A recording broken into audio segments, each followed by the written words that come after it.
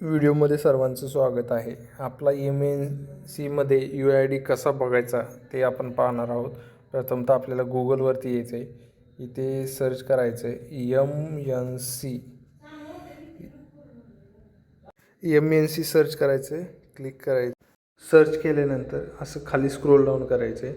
आपल्याला या ठिकाणी बघू शकता महाराष्ट्र नर्सिंग काउन्सिल मुंबई या वेबसाईटवर क्लिक करायचे.